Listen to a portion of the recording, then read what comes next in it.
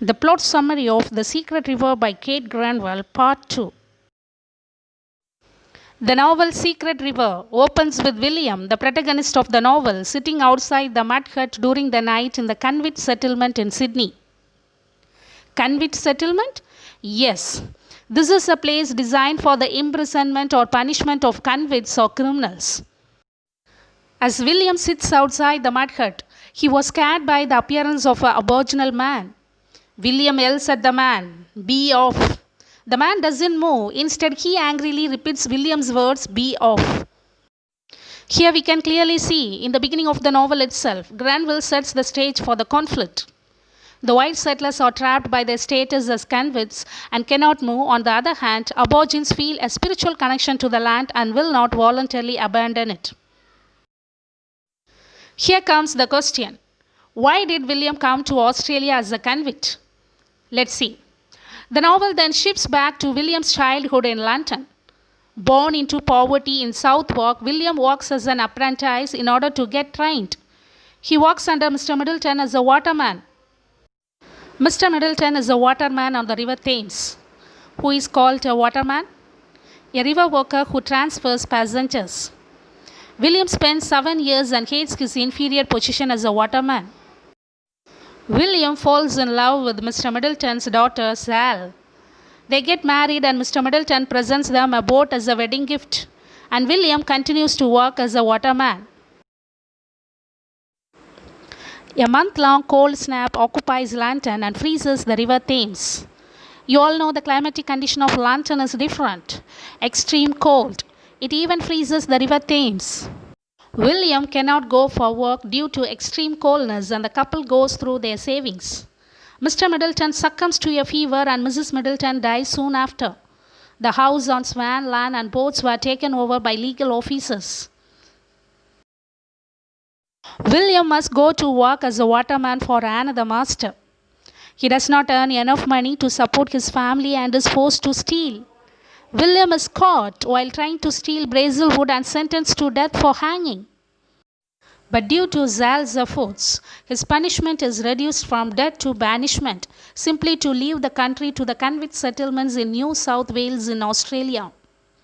A second child, Dick, is born on the voyage to Australia, joining the older brother Willie. This is how William and his family came to Australia.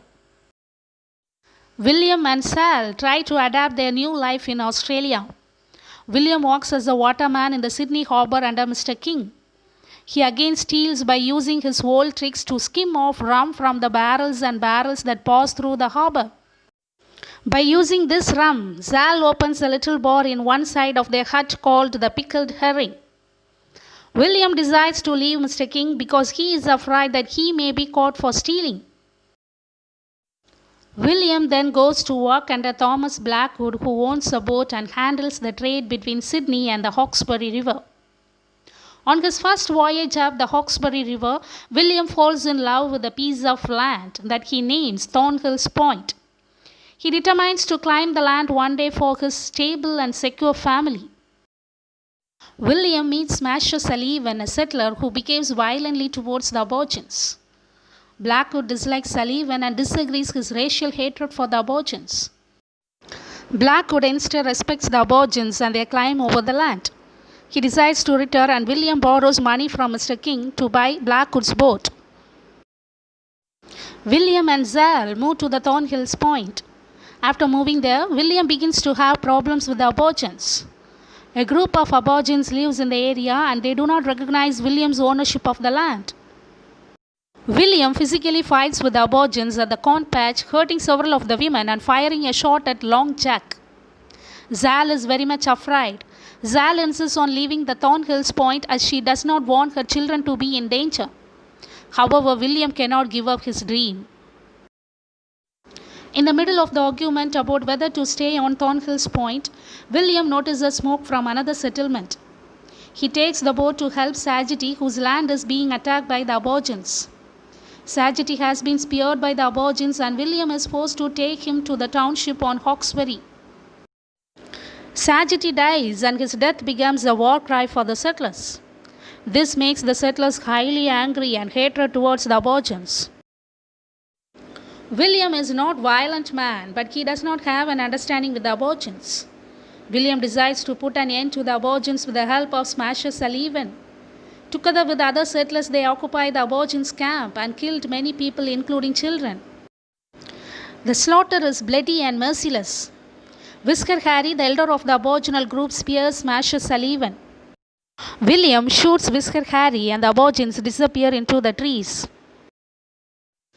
Towards the end of the novel, William becomes a prosperous landowner and trader.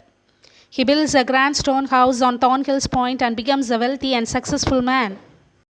However, his second son Dick cannot accept his father's participation in the slaughter and he never speaks to William again. Long Jack is the only Aborigine left on the land. He is permanently disabled by a gunshot wound. He sits on Thornhill's Point, challenging William's ownership of the land. Grenville ends the novel with William watching the sunset over his land.